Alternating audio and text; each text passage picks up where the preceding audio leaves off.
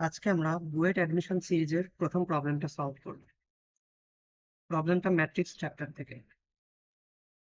প্রবলেমটা আসছে 24-25 সালে বুয়েটের রিটেন পরীক্ষা। এখানে তোমার কাছে জানতে চাইছে একটা 3x3 ম্যাট্রিক্স, যা তোমাকে নির্ণয় করতে হবে যাতে করে নিচের সমীকরণটা স্যাটিসফাই করে। এখানে আমরা 2 স্টেপে সলভ করব। প্রথম স্টেপ, আমরা ম্যাট্রিক্সটাকে সমীকরণ আকারে লিখব। দ্বিতীয় স্টেপ, আমরা সমীকরণের সহগগুলোকে মিল করব। এখন দেখো, এই ম্যাট্রিক্সটাকে আমরা এইভাবে লিখতে পারি, কোএফিসিয়েন্ট ফর্মে।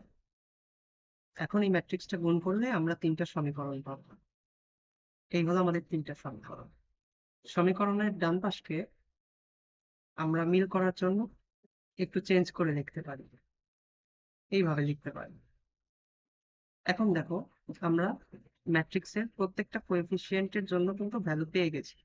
এক্স ওয়াই জেড এর সহ প্রত্যেকটা সমীকরণ থেকে নেওয়ার পর আমরা প্রত্যেকটা কোএফিসিয়েন্টের মান পাই। এন্ড প্রত্যেকটা কোএফিসিয়েন্টের মান বসালে আমরা আমাদের ফাইনাল ম্যাট্রিক্স এর ভ্যালুটা পেয়ে যাই। এটাই হচ্ছে আমাদের সেই উত্তর।